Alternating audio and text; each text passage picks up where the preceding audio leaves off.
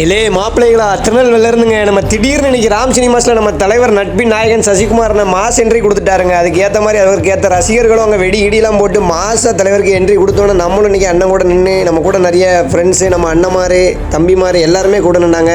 தலைவரை ஜம்முன்னு வரவேற்றாச்சு. ராம் தேட்டருக்குள்ளே அண்ணாச்சி மாஸ் என்ட்ரி கொடுத்தாப்புல பார்த்துக்கோங்க. நம்ம குட்டிப்புள்ளி சசிகுமாரா அப்படிங்கிற மாதிரி ஆகிப்போச்சு.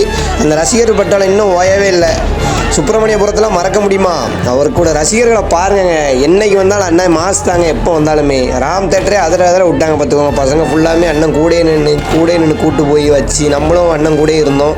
அண்ணனுக்கு முன்னாடி கோயில்பட்டியில் வச்சு பார்த்துருக்கோம். இன்னொரு திருப்பி நான் பார்க்கறதுக்கு வாய்ப்பு கிடச்சிது. ரொம்ப தேங்க்ஸ் சசிகுமார் அண்ணன் கூடயே இருக்கிறதுக்கு. இன்றைக்கி கொஞ்சம் நேரம் இருந்தாலுமே அது அவ்வளோ சந்தோஷமாக இருக்கும். ஏன்னா அண்ணனோட மனசு அப்படி.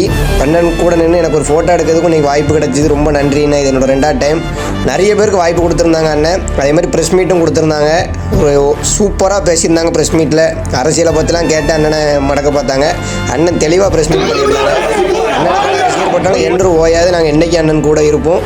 ஒரு நல்ல மனிதர். அயோத்தி படத்தை பார்த்துருப்பீங்க.